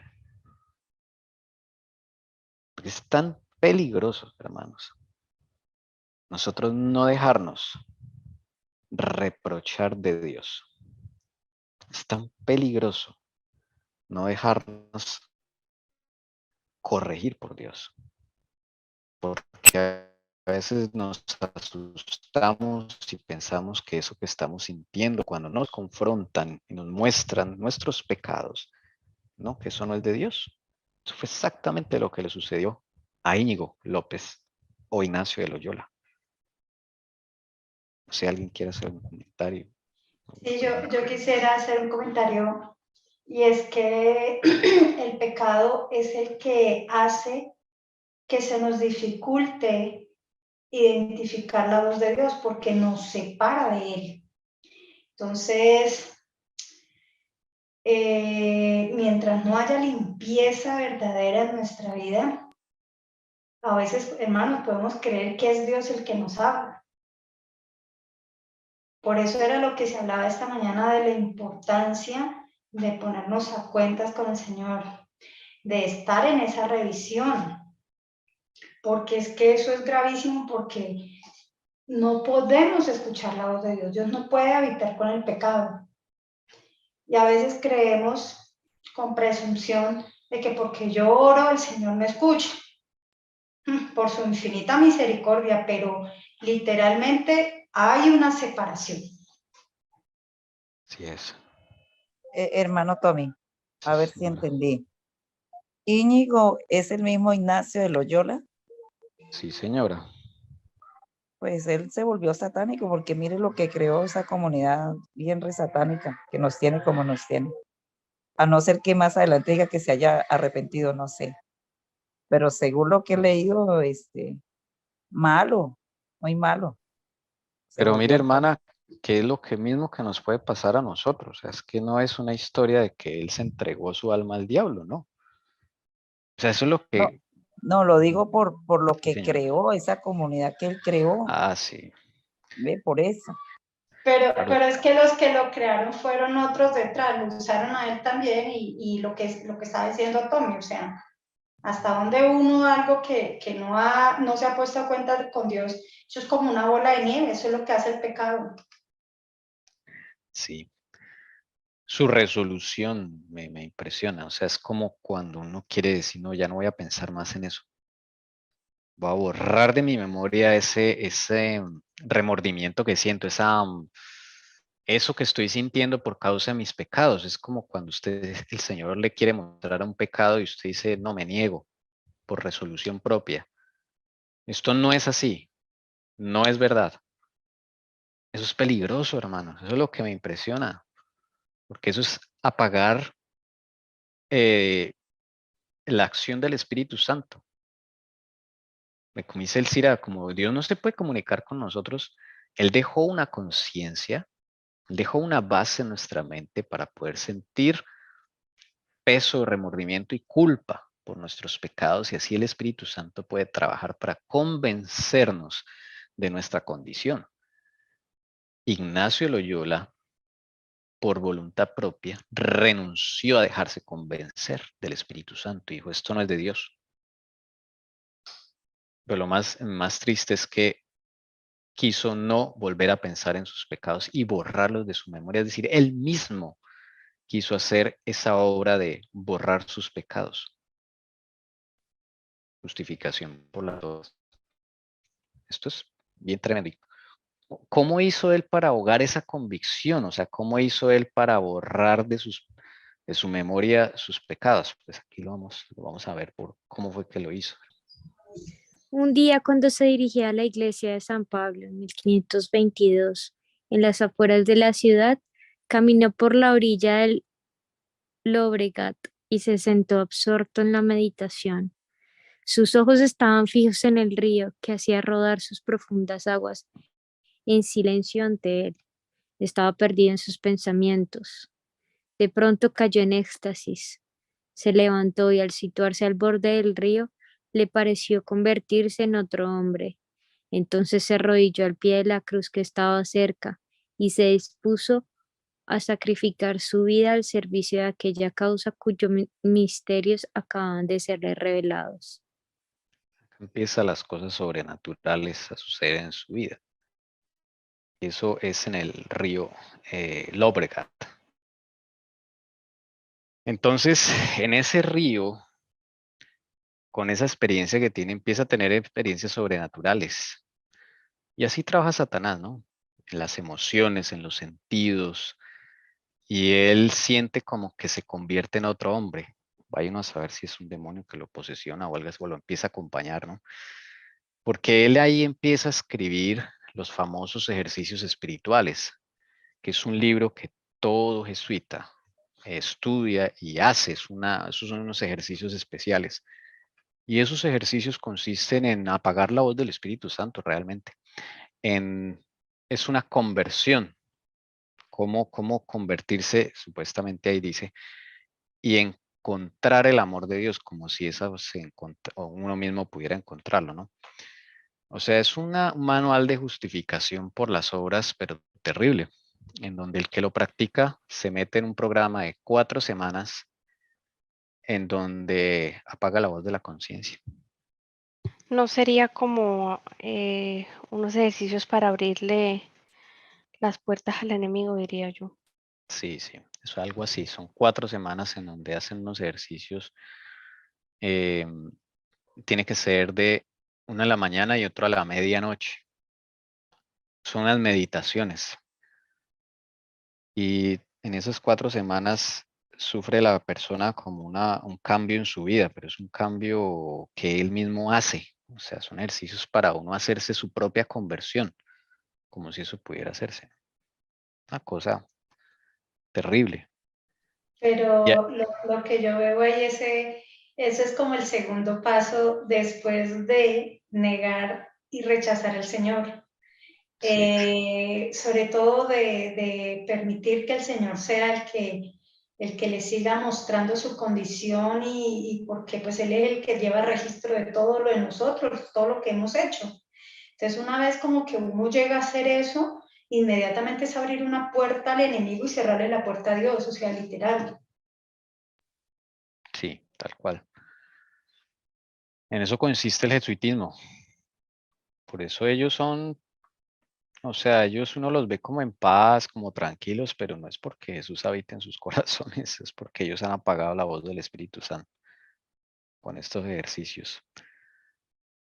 Terrible, hermana Damaris, ¿nos puede ayudar? Señor. Hermano, Gracias. buenas tardes. Una pregunta, ¿esa es Sí, señora. la misma que hacen las tales gnósticos? ¿Parecido a esas cosas? Sí, señora. De ahí viene también el gnosticismo. Mm, Esas empiezan esas meditaciones de misterio y entran en éxtasis y tienen experiencias con los espíritus malos. Eso sucede, sí, señora. Bien, de ahí viene.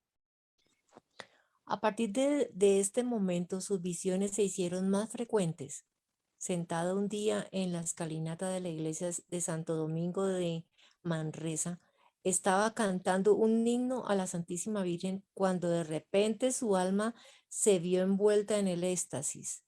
Permaneció inmóvil, absorto en la contemplación. El misterio de la Santísima Trinidad se reveló a su vista bajo los magníficos símbolos. Derramó lágrimas, llenó la iglesia con sus sollozos y durante todo el día siguió hablando de esta inefable visión. De esa visión se pintó un famoso cuadro que lo vemos ahí. Él supuestamente ve a la Santísima Trinidad, al Padre, al Hijo, al Espíritu Santo, los ve en esa visión. Y se hicieron más frecuentes, ¿no? Así trabaja el enemigo. Pero noten que esto es como que, a ver, ustedes imagínense ver a la Santísima Trinidad como si eso fuera así nomás, ¿no?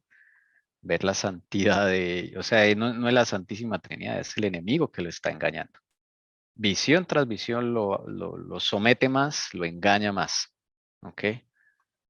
Hermano, ese es, sí, como siempre, él falsificando lo que hace Dios, ¿no? El Señor se presenta a los que Él escoge por sueños, por visiones, y mire lo que está haciendo el enemigo también, lo mismo, presentándole visiones lógicas, engañosas. Él no se queda atrás. Claro, claro, pero miren una diferencia entre las visiones reales, las visiones de Dios y las visiones del enemigo. Las visiones del enemigo solo satisfacen las emociones, no más. Ahí no hay descubrimiento de pecados camuflados, escondidos. Ahí no hay limpieza, ahí no hay revelación de mi condición. Es solamente experiencias extrasensoriales, no más. Y ya. Pues, él queda en éxtasis. Eso, ahí Pero queda en éxtasis, lo que habla tremendo.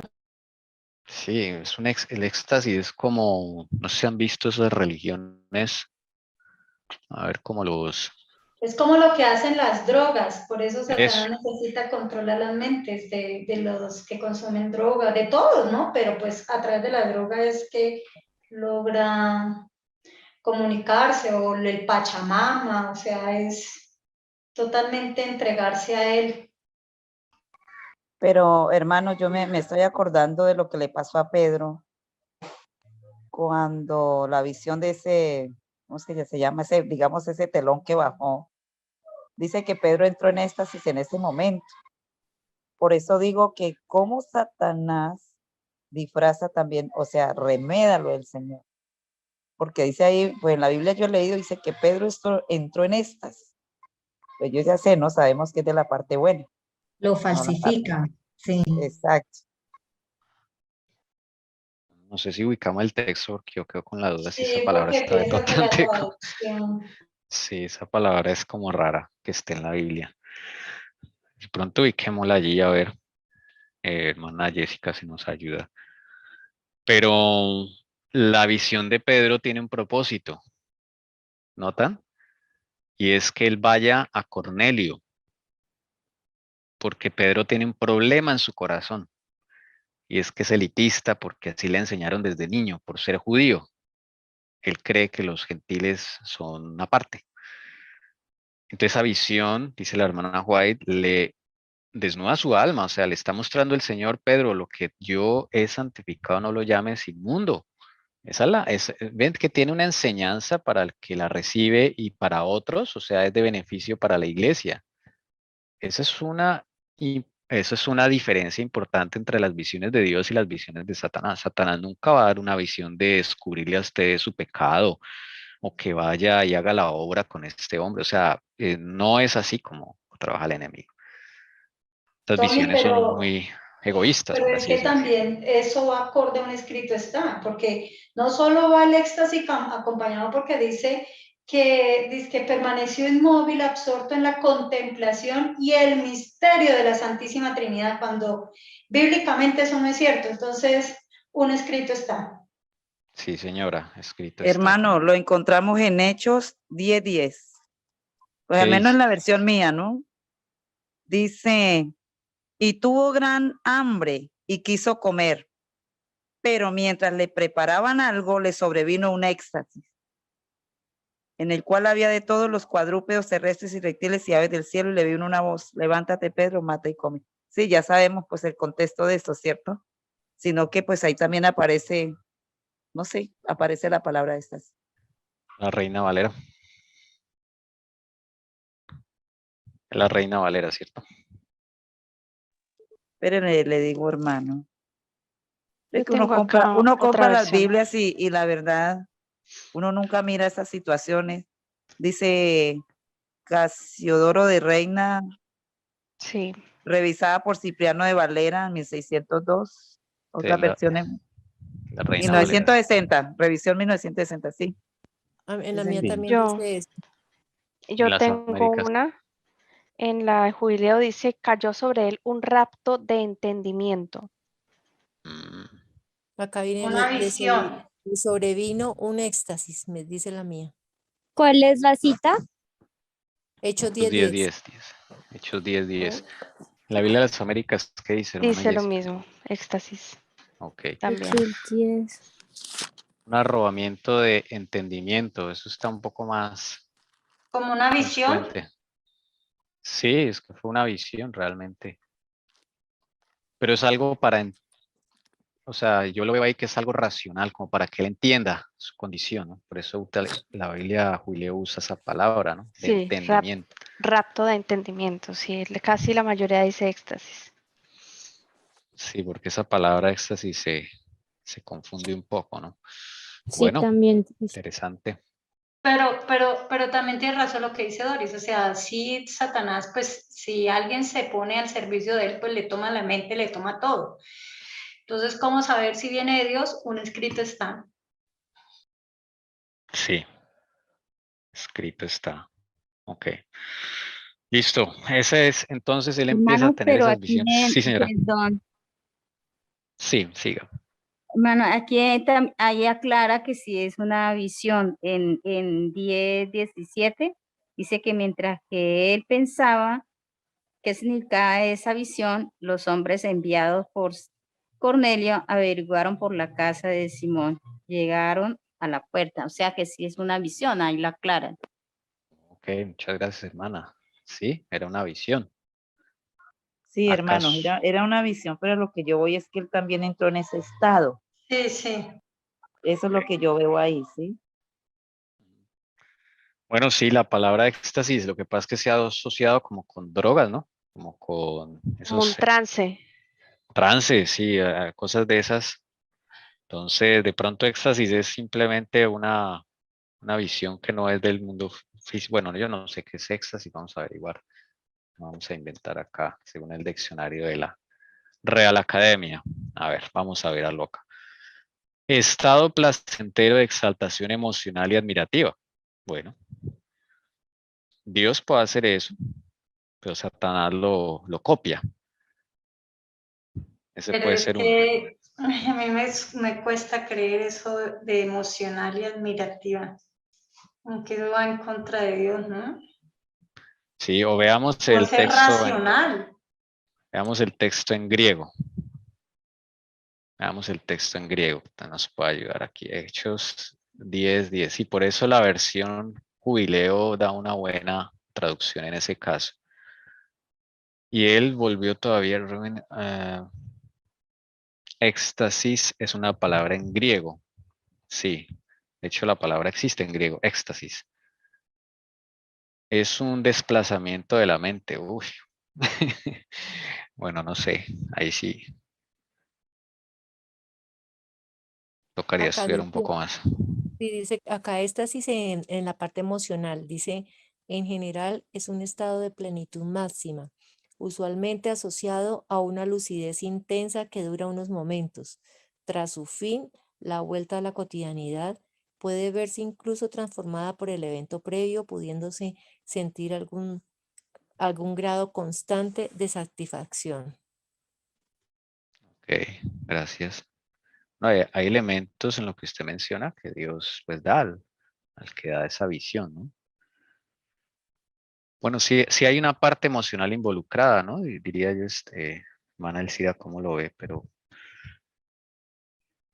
este contexto de Loyola es diferente porque él está, o sea, el centro de todo es el éxtasis que vive, mejor dicho. Pero es que yo digo que el centro no es tanto el éxtasis, sino lo que le revela, ¿no? O sea, para desviar al pueblo de Dios. Entonces aquí lo desvía hablando de la Santísima Trinidad, para desviar la vista de Jesús, nuestro único Salvador, Redentor. Ven, Ujú. hermano Tommy y bueno, mis hermanos, cuando la hermana Elena entraba en esas visiones, cómo se expresa ese momento en ella? Si no estoy mal, creo que también dice estas. Uy. Exactamente, yo estaba Vamos Uy, a yo sí buscando ver. eso no lo eso, he escuchado. pero sí, debe ser diferente. Yo estaba en este momento buscando eso. Sí La Hermano, yo palabra escribe, pienso, pero éxtasis. no con esa palabra. yo pienso que, pues imagínese uno de pronto encontrarse con seres, digamos, celestiales, que uno no está acostumbrado ni a escucharlos ni a verlos. Bueno, viniendo de la parte buena del Señor, pues a uno debe causarle que le palpita el corazón y en ese sentido es que yo pienso que es el éxtasis, no un éxtasis maligno, ¿no? Sino eso, de que Y, es y- Sí. impresionante uno ver mm, si los mismos soldados que cayeron, por ejemplo, que estaban guardando la tumba de Jesús, y de una vez fue a tierra porque vieron a ese gran ángel, entonces yo pienso por ese lado bueno, es algo que pues que no viene con uno nunca lo ha sentido y por lo tanto se toma pues como si fuese un éxtasis. Pero en la parte buena, no malo, pienso Sí, yo. bueno, creo que estamos Tommy, centrándonos. Sí, porque, señora. ¿por qué no mira más adelante lo que la hermana Ruth dijo de la visión? Y ahí que está en la traducción, que es en el 17, 10:17, sí. 17, sí. Pedro estaba.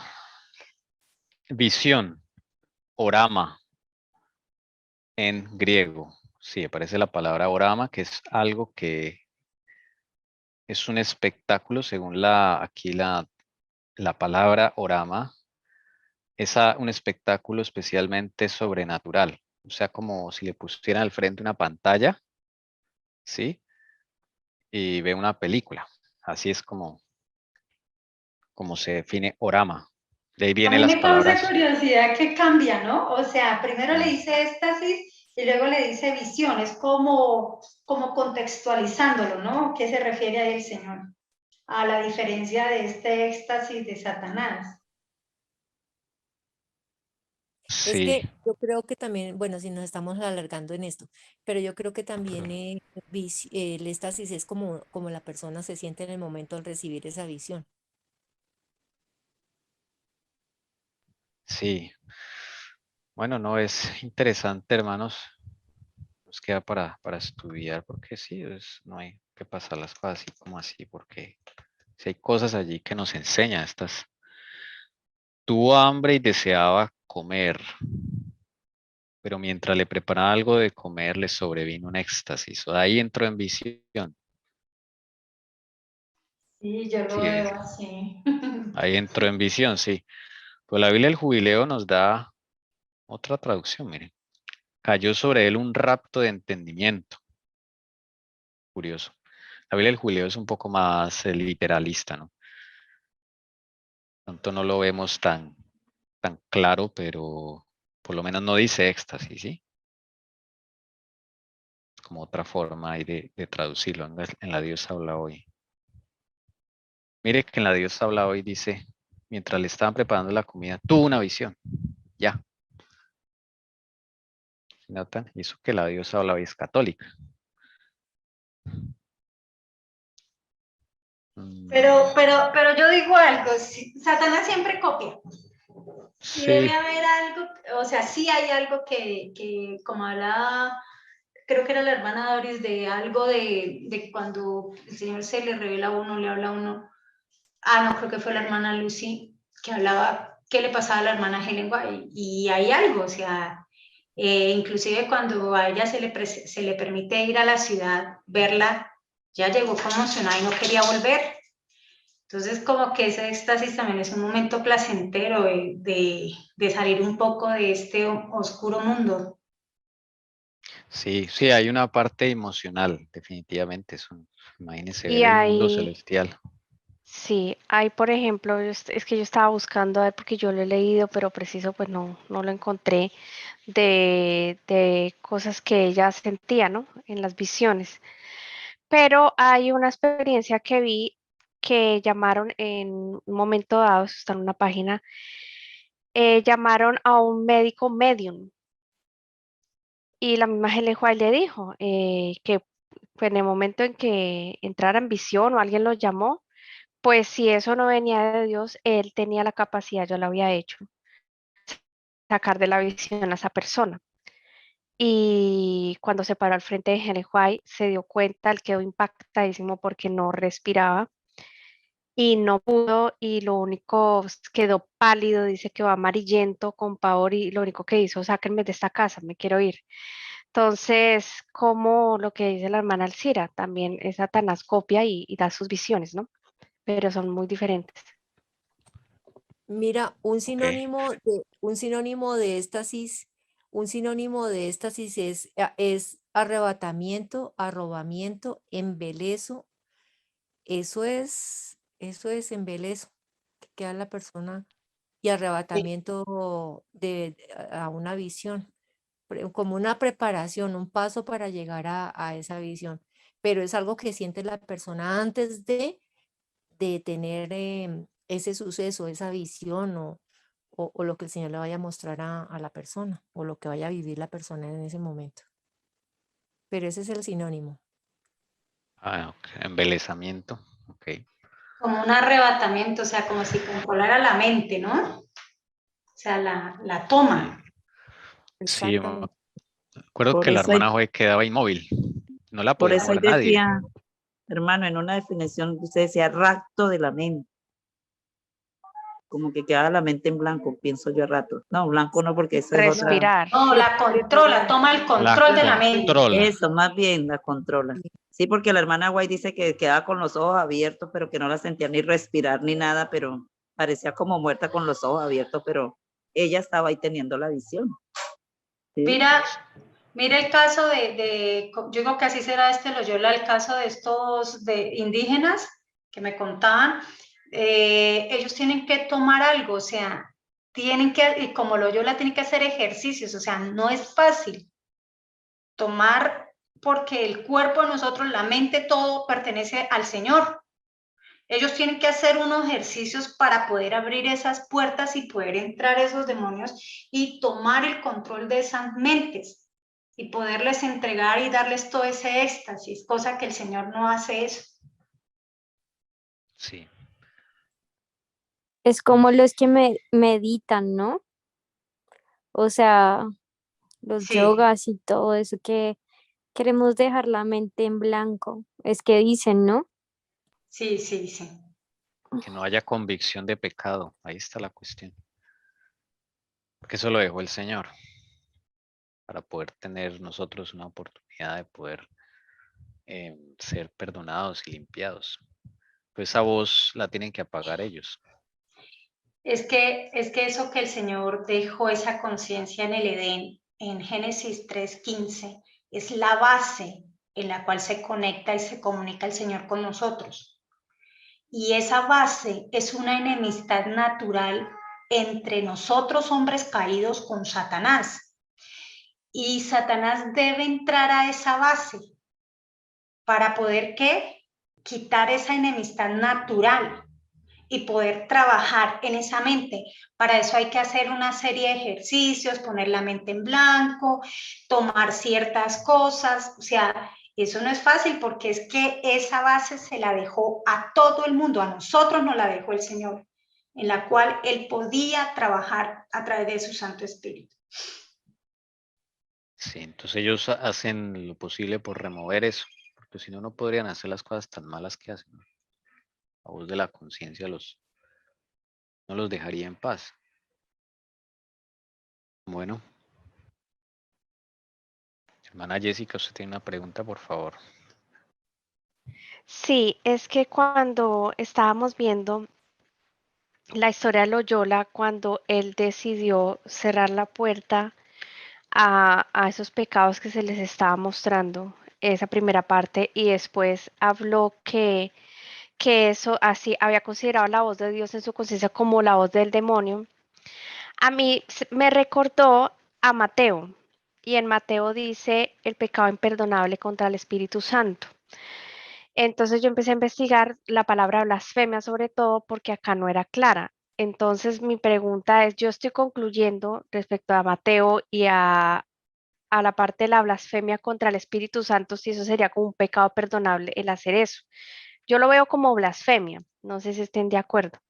De pronto que ellos hagan eso porque el Mateo mismo dice, es un pecado imperdonable y están yendo en contra del Espíritu Santo mismo. Yo creería que para allá se aproximan ellos, ¿no?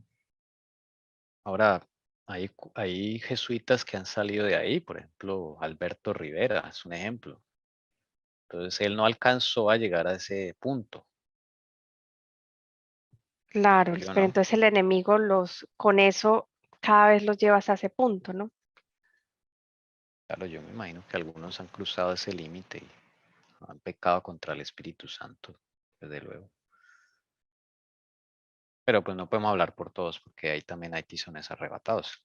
El señor Rivera, que se sale de allá y empieza a confesar y todo eso es, bueno, su conciencia se despierta y el Señor lo usa para empezar a contar las cosas de los jesuitas que hoy día sabemos que no se sabían. Y Él las empieza a narrar. Entonces, hay casos en que ni siquiera eso, o sea, el Evangelio de Cristo puede llegar aún hasta esas esferas, ¿no? Diría yo, no sé si alguien tiene otra opinión. Bueno, mucho que estudiar, hermanos, aquí nos deja como tocados esta historia, y a mí también me dejó muy tocado. Y vamos a dejarla ahí. Seguiremos mirando a ver esta parte, la experiencia de Pedro y estas experiencias que empieza a tener Loyola, desde luego son del enemigo y no son de acuerdo a un escrito está. Eso es lo, digo que lo Sí. más importante, ¿no? Que más allá de la parte emocional es qué deja esta visión, o sea, qué mensaje deja esta visión. A ver, ¿sí? Con un escrito está, no aporta nada, Tommy, es engaño. Ujú. uno ve a la hermana Helen White siempre al leerla nos lleva un escrito está y a Jesús. Entonces, por eso pienso que hasta el mismo Jesús cuando fue tentado después allá en el desierto, él le contestaba a Satanás, escrito está. Sí. Loyola no resolvió ir a la Biblia tampoco. Él se quedó en la experiencia mística. Nunca fue a la Biblia. Entonces ese también fue otro problema de Loyola.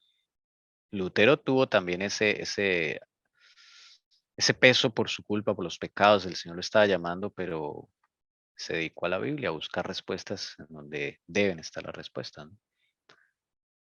Calvino también. Zwinglio, Colampadio. Esa es la diferencia con ellos. Pero con este hombre Loyola es donde van a construir la contrarreforma.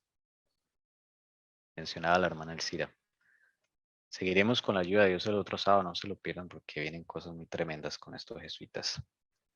Vamos a aprender bastante ahí, si Dios permite. Bueno, hermanos. Creo que fue muy interesante lo que el Señor nos mostró hoy. Esta historia también no está fácil encontrarla de este Íñigo. Yo ni sabía que se llamaba Íñigo. Él se cambia el nombre después. Cuando llega a Francia se lo cambia. Y es cuando se lo cambia Ignacio de Loyola. Loyola era una villa, la villa donde él nació, se llamaba Loyola. En latín, deja de ser Íñigo y se convierte en Ignacio. Esa es la historia de él. Bueno, pero falta mucho más de la historia de él. Cómo se desarrolla el jesuitismo y todo eso. Pero hermano, él es de España, ¿cierto? Él es de España. Todo esto pasa en España. Sí, señora. Ya. Pamplona, Loyola, todos estos sitios son de España. Solo que quedan hacia la parte de la frontera con Francia. Por eso él estaba peleando ahí, porque los franceses querían conquistar esas tierras. Pero no se les permitió. Bueno, es el soldado de Pamplona, Ignacio Loyola. Hermanos, antes de orar, queremos hacerles una invitación. Vamos a tener un programa el próximo jueves, si Dios lo permite, si el Señor nos da licencia y nos da permiso. Vamos a tener el jueves a las 7 de la noche, hora acostumbrada vamos a hacer una sección de actualidades, pero esta sesión va a ser enfocada en un asunto que nos han preguntado algunos hermanos. Sabemos que el Señor nos ha dicho que el sistema financiero va a caer, sí o sí. Y en esa transición pues van a haber problemas de hambruna, de escasez, los billetes se van a devaluar, como ya se están devaluando, porque ya se están devaluando. Es por eso que usted cada vez encuentra las cosas más costosas. Y esa inflación que estamos viendo se va a acelerar mucho. ¿Qué pasa? Los ahorros que usted tenga, sean pocos o muchos, día a día están perdiendo su valor monetario. Entonces, lo que usted tiene ahorrado día a día está perdiendo su valor. Si usted tiene una X cantidad hoy, en unos meses ya no va a poder adquirir lo mismo con esa misma cantidad. Eso es depreciación del dinero por el asunto de la inflación que está bien. Entonces algunos hermanos nos han preguntado, bueno, yo saco el dinero del banco, listo, los bancos caen, yo lo saco, tengo, no sé, 5 millones de pesos en el banco ahí guardaditos. ¿Y qué hago con ellos? Y si son billetes, bueno, los puedo guardar debajo del colchón, ¿no? Como decimos en Colombia. Pero esos billetes se van devaluando día a día. Y así los tenga en el banco actual, pues el banco actual tiene un montón de gastos, que el 4 por mil, que manejo de cuota de la tarjeta, bueno, el dinero se va consumiendo poco a poco. Entonces los hermanos nos han preguntado, ¿y qué hago con eso? El Señor, ¿qué nos ha dicho? Entonces hay una opción, el Señor le mostró a la hermana Elcira hace el año pasado ya, o hace 2 años, no me acuerdo, de que el oro era una opción para invertir. Los metales preciosos en general, oro, plata, paladio, todo esto. Entonces, si usted desea, el jueves podemos hacer un programa para mostrar cómo sería esa inversión en metales preciosos. Hemos estado orando para poder, digamos, con el Señor, que Él nos muestre un sitio fiable, un lugar donde podamos de pronto recomendar. Y usted pueda, si usted quiere y cree en esto que el Señor le está diciendo, pues va a tener una alternativa de sacar sus billetes del banco y guardarlos en oro o en un metal precioso de su preferencia. Hay sitios especializados para eso. Y de esta forma, si usted cuando guarda los ahorros en oro, pues va a tener una opción de volverlos a sacar después por cualquier moneda que haya. Va usted a poder contar con eso, pero el valor monetario no se pierde porque el valor del oro sigue siendo valor intrínseco en el algo físico. Entonces, eso es una respuesta que el Señor nos ha permitido, pues, compartir con los que quieran. Pueden invitar a personas si quieren, hermanos, y el jueves entonces nos vemos a las 7 de la noche, si Dios lo permite, claro está. Podemos tener ese encuentro y ahí pueden hacer preguntas, podemos hacer en vivo una demostración para abrir una cuenta en un sitio y mirar cómo funciona esto, un poquito más detallado. Entonces, esa es la invitación, hermanos. El jueves a las 7 de la noche. Padre, aquí reunidos estamos tus hijos para darte la honra y la gloria por permitirnos adorarte, honrarte, por darnos cuenta de lo que está sucediendo en el pasado y por darnos cuenta que la historia se está repitiendo. Pero lo más importante es que tú tienes el control de todas las cosas y que tú nos proteges y que tú nos avisas y que tú nos informas y que tú nos das claridad, entendimiento, discernimiento para actuar conforme a tu dirección, que con tu Espíritu Santo podamos caminar en este valle, Señor, y podamos andar en firmeza y fieles a ti. Pero gracias a ti, Espíritu del Eterno, nuestro Padre Eterno. Gracias por estar con nosotros, mi Señor. Gracias por ayudarnos. Bendito seas por siempre, mi Señor. Danos tu bendición para esta nueva semana. Permítenos experimentar el poder transformador de tu amor redentor.